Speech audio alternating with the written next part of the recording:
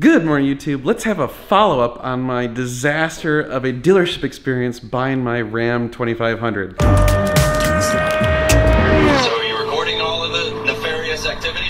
If you're new to the channel, my name is Dan, this is my garage, and this channel is all about the supercar ownership experience. But today we're not going to be talking about the supercar, we're going to be talking about my Ram 2500, which I just got back from an epic road trip, so hold on, I got some stuff to tell you about that. So before we get going on the drama with the dealership, I actually wanted to talk about the truck and the hauling rig for just a second, because I just got back from a 2,000-mile trip where I dropped off a Ferrari and then actually picked up a Saleen Mustang. So a few things that I learned. Number one, I am so happy that I got four-wheel drive because I got stuck in a massive blizzard in Indiana. So bad, it was a complete whiteout. I was only going about 20 miles an hour for over 3 hours. It was horrible. Four-wheel drive is a must. Second thing, this ProPride hitch is amazing. I have driven towing rigs that are dualies, and I've driven now the single wheels, and everyone said get a dually because you won't have the trailer sway affect you and blah blah blah. And let me tell you, this single wheel with the ProPride worked much better than a dually with a regular hitch. I can't speak to like if other sway controllers work this well, but that thing is a miracle. I mean, you couldn't feel the trailer sway at all, even when the wind was really blowing it. Even things like when you pass semi-trucks. When I drove the Ram 3500 dually without the hitch, when I bought this trailer and I drove it back from Georgia, every time you'd pass a big semi-truck, you could feel the trailer pulling the truck and you had to counteract it. With this setup, I barely had to even give a tiniest little bit of correction. If you got the money, get that. It is incredible. Finally, there's a few modifications I'm gonna do to the trailer, so I learned some lessons about loading, unloading, and what's gonna make it better. Stay tuned, we will show those once we get to it. Okay, it's really cold out here, so let's go back in the garage and let's get the dog. Yep, Mo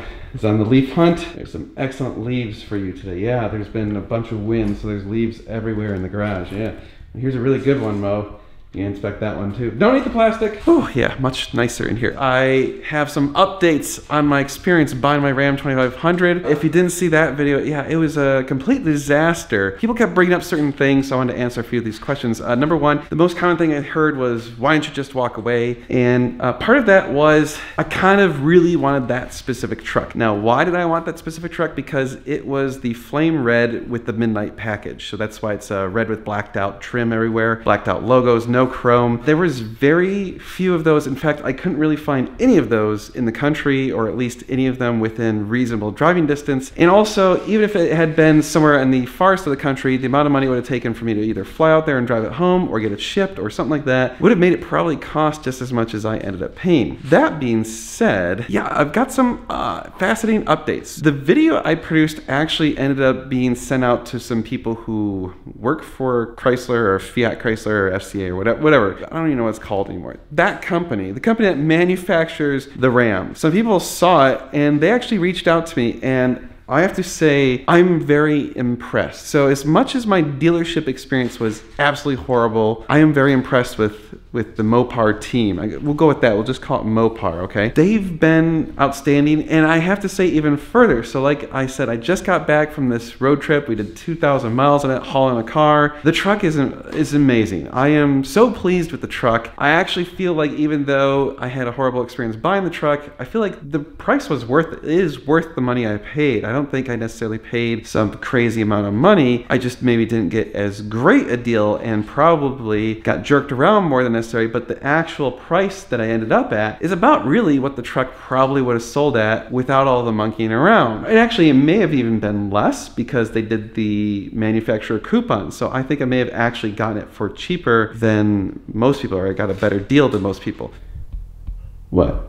This person who works for Mopar reaches out to me, we have a phone conversation, and it turns out my deal with the dealership is even worse than we thought, or I should say the dealership was even shadier than I thought. He proceeds to tell me about there's this Ram Care package that comes with my truck because I bought a certain level of model. I never heard anything about this. He's like, yeah, they didn't tell you about this? I'm like, no. And so he explains all the benefits I got through the Ram Care package. I want to show you something, and this is gonna be hilarious. So this is literally all the paperwork that they gave me with the truck. So these are all the papers that I've got from this transaction, which is almost none. So this is just my receipt from paying with my credit card for a deposit. This is the odometer disclosure. This is the one that's really fascinating. So this is like their like dealership special brochure where they're all proud of it. So here's some special things that you get buying a vehicle from this dealership. And once you get in here, you'll notice it says oil changes. Well, so first of all, they gave me 7-year, 100,000 miles, which even though the truck already had, what was it, 5-year or 6-year, 100,000, so whatever, they add a little bit because it's a diesel on the powertrain. Oil changes. Max 2 for 1 year that I get for free because I bought it from San Marcos. Cool.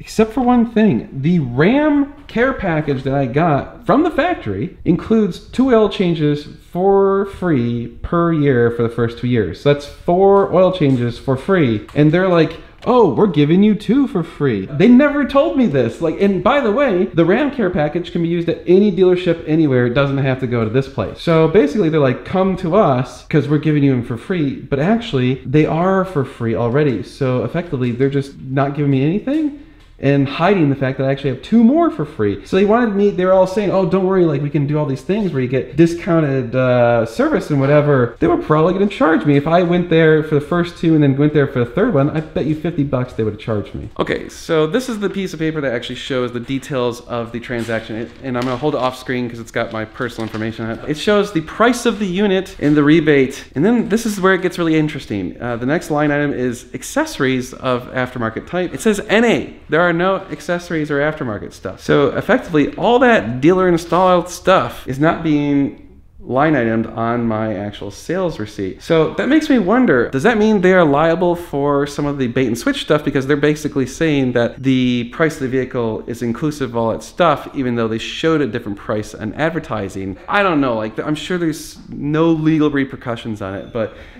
oh, what? What, you're bored now already? You're the one who wanted out here, just remember that.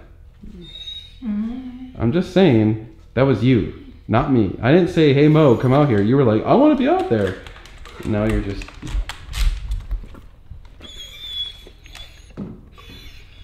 Yeah. This brings up an interesting problem. Mo is now jumping on me. I'm just gonna have to deal with this. Because they didn't line item in detail all the things that they supposedly did to my truck, which I'm almost certain they didn't actually do the paint correction. I mean, yes, we can verify they did the tint. You can see it. We can verify they did the truck bed liner.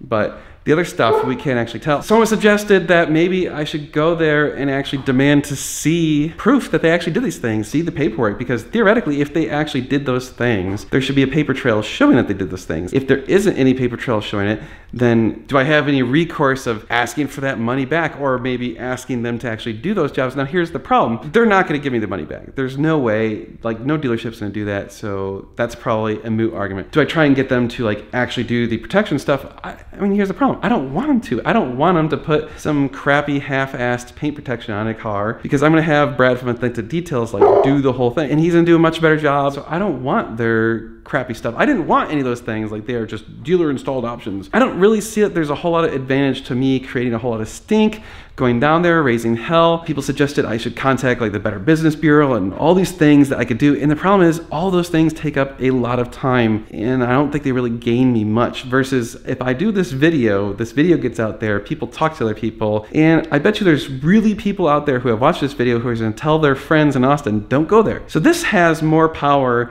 than all the other things that I could do, and it takes me a lot less time, and it helps my channel, and I get paid some ad revenue. So this actually can make me money.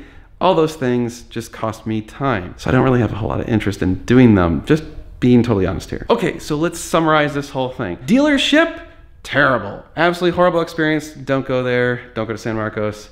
Sucked. The actual truck, amazing, absolutely amazing. I love the truck. It is seriously the nicest vehicle I've owned. It is wonderful, it rides nice. I am so happy with it. And frankly, I think even though I didn't get like the screaming deal of the century, I think I got a pretty okay price. I'm happy with it. I would have been much happier had I not had to deal with this stressful, annoying dealership experience, but hey, you know what? I'm a YouTuber. It makes for a great video.